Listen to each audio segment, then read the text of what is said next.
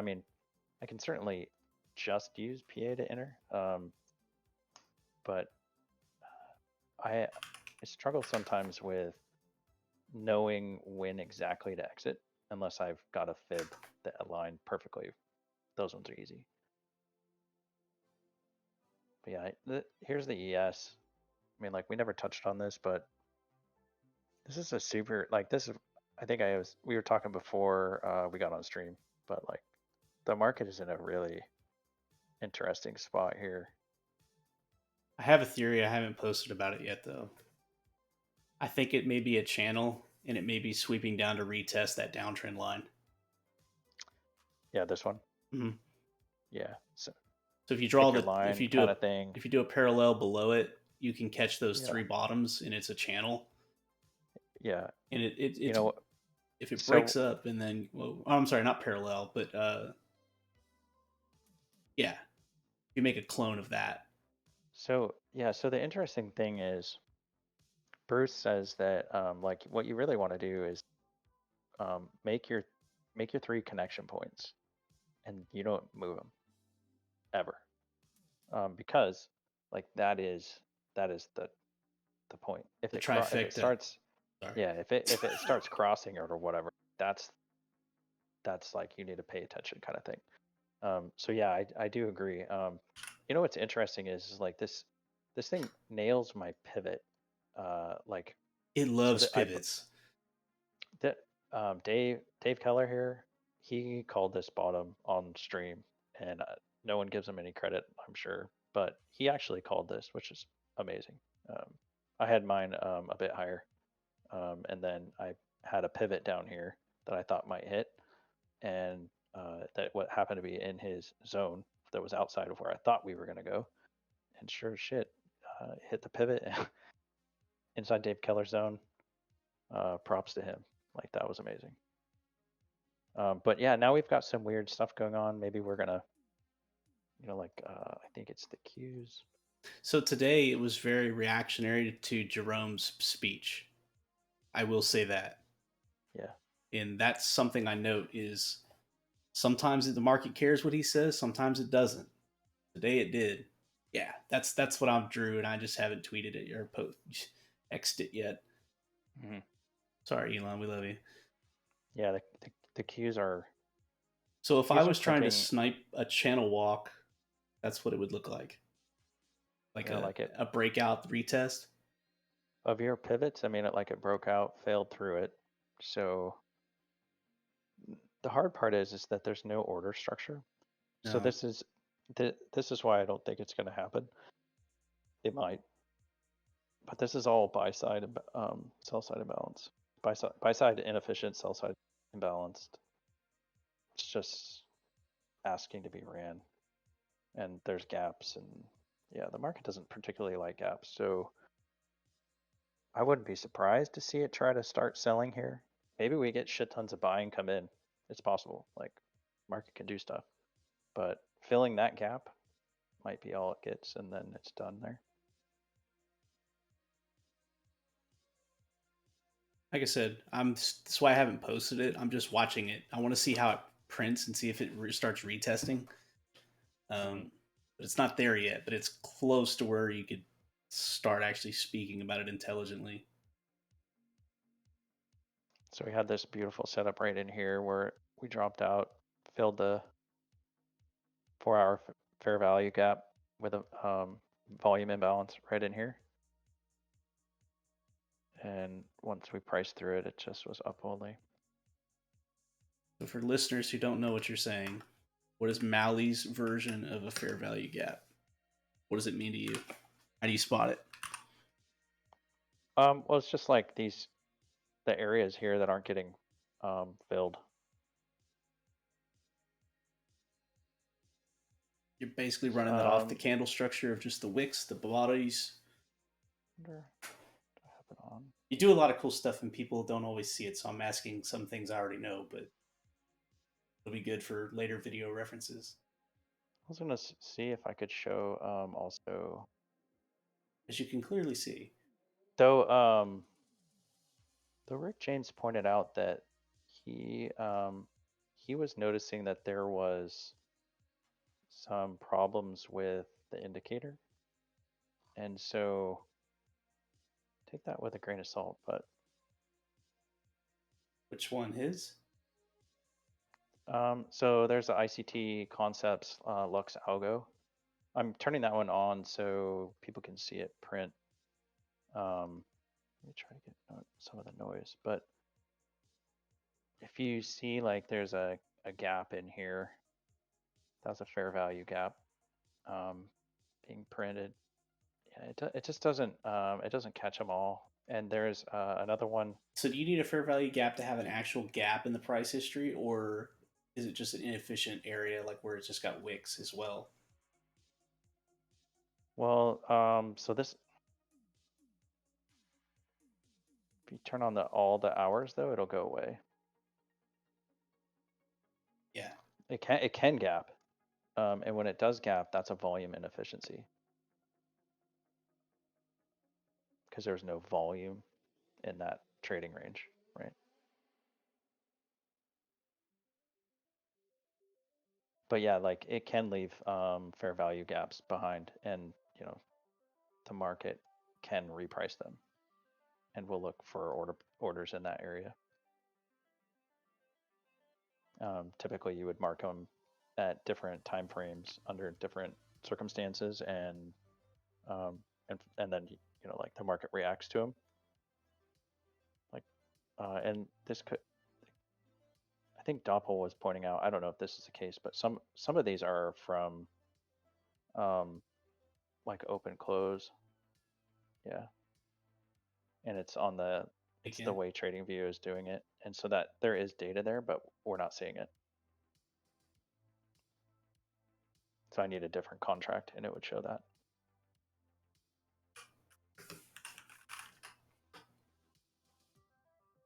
Yeah, the other thing like is you can see how these got filled, right to the tick. It's like they never leave their friends behind.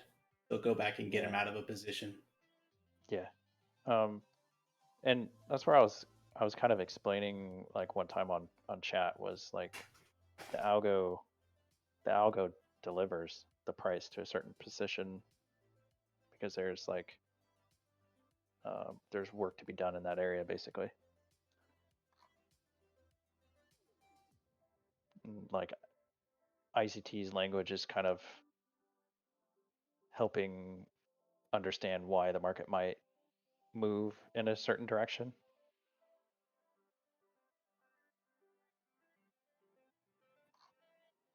Yeah, the price action afternoon was fucking nuts today. That's a setup signal They go for to ICT Applebee's. followers. It goes.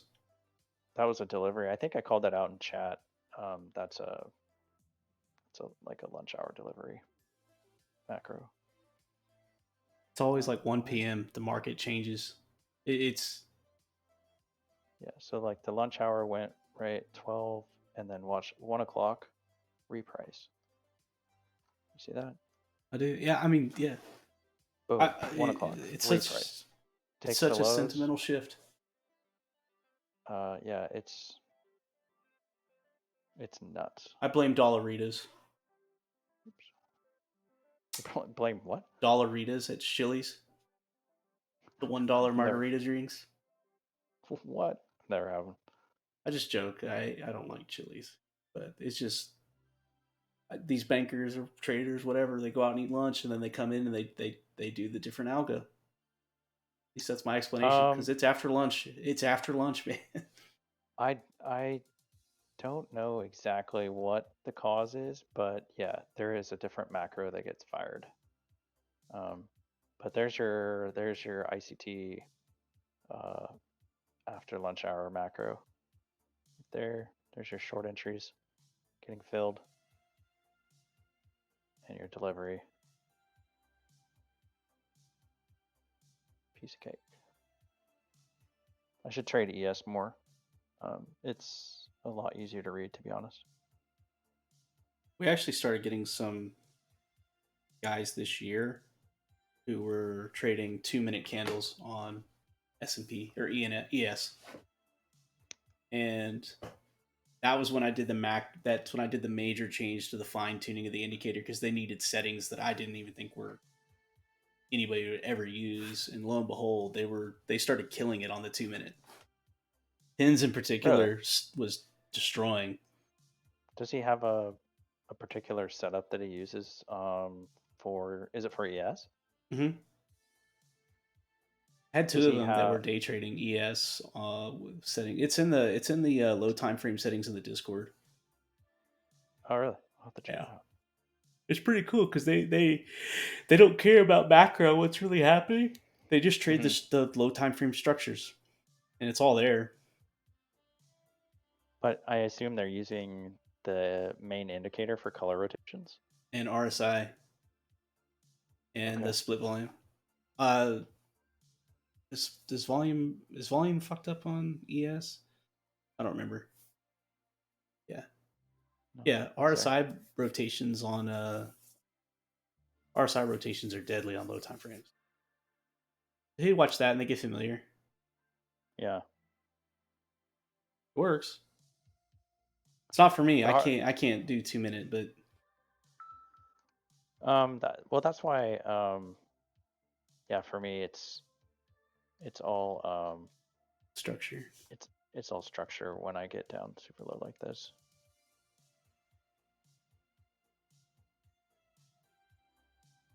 Yeah, and I know that Rick James is working on that too.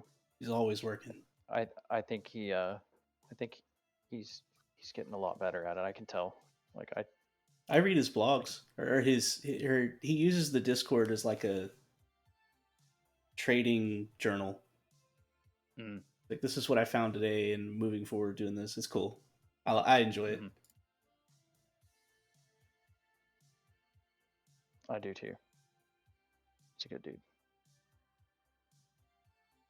He's been around a long time too. Yeah. We were very active back on Crypto Jack's Discord back in the day.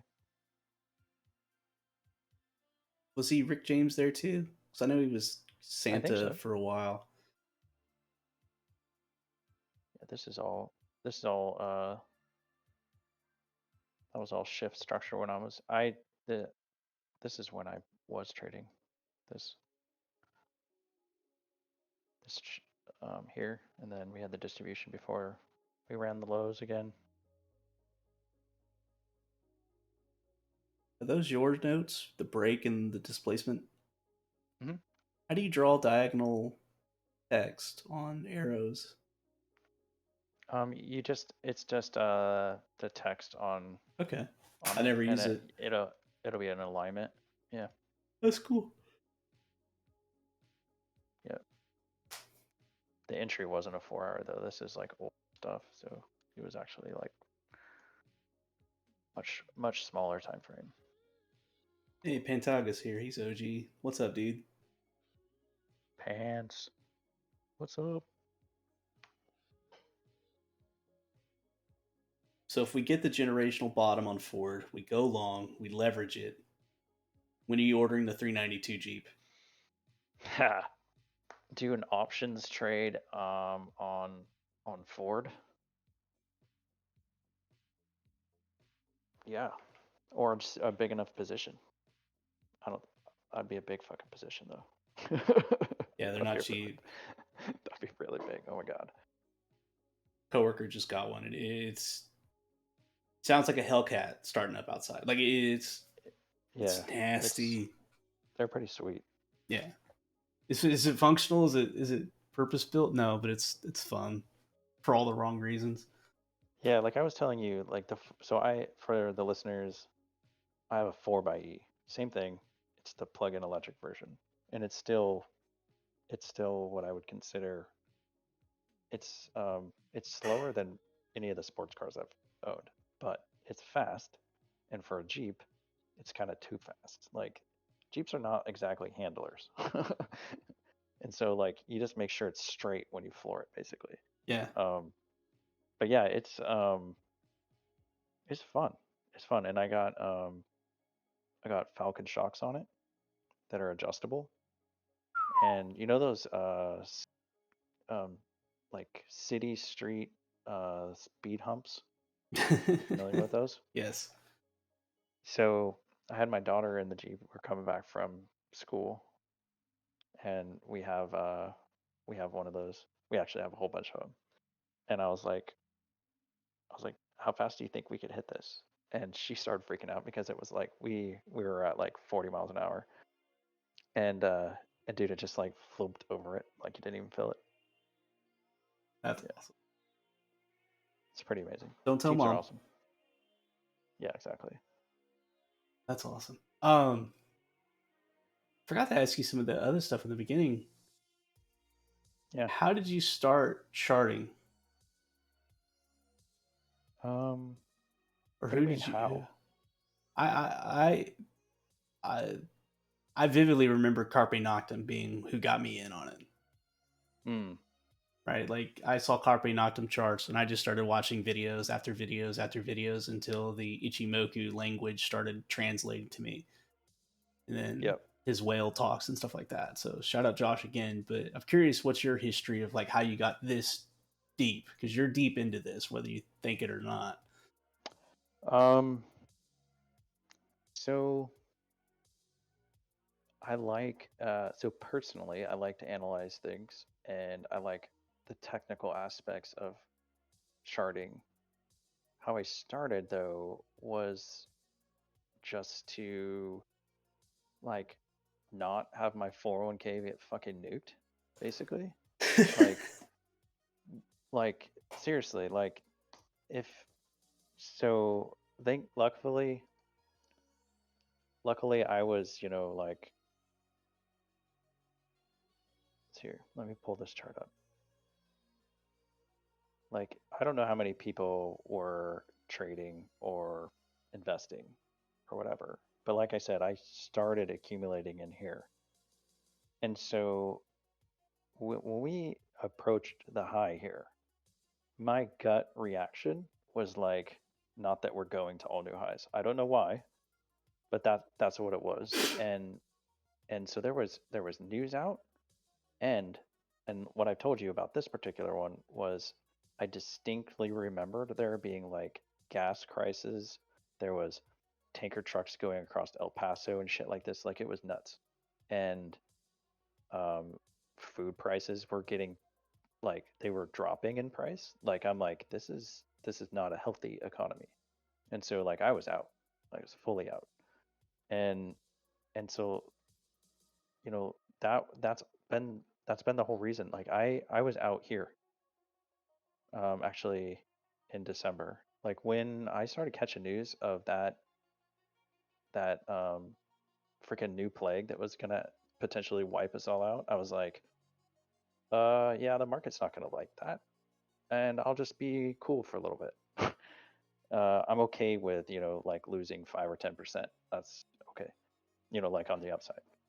Um, and so like I was just back in the day was just moving averages and just general over exuberance, things like that. Like I would pay attention to like sentiment, like everyone is frothy, all that kind of stuff. And um, yeah, it started out of just wanting to protect it. Now, when I decided to like actually um, trade was back when, like I said, in when I had got a chance in crypto.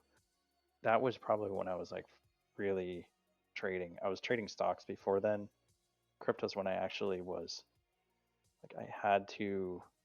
The volatility was so violent that like the discipline had to be better, um, which I'm still working on. Like I think every trader goes through this. Like no matter how good, like even if you watch that video I posted on our Discord, he talks about it. John Carter. Mm-hmm. He's like yeah, he still deals with it. So I think like that's a thing that we all have to get through or whatever. But like yeah, I think that was it. And then I just gone down the rabbit hole on different things. Like um, I didn't particularly like. I got on. So the funny thing is like, I started charting on um, TrendSpider more than TradingView, and I liked it better. But then eventually, it was like it was so fucking slow. Like I was so irritated by how slow it was to like move and refresh. And so like eventually I moved over to TradingView. And so I've been here the whole time. Your tools are here. And then yeah, I've just been here. Um, and then I just added things, right? Like I looked for people that were doing it right. The first person that I saw that was doing it right was like that had sort of the mentality of like I'm gonna sit in a position when it makes sense was Dave the Wave, and the way he laid out his thoughts and reasonings for entering a position or when to buy really is more what he does. Um, I was like, okay, I get this, and then I started adding other people to it. Um, Josh was like one of the first two as well.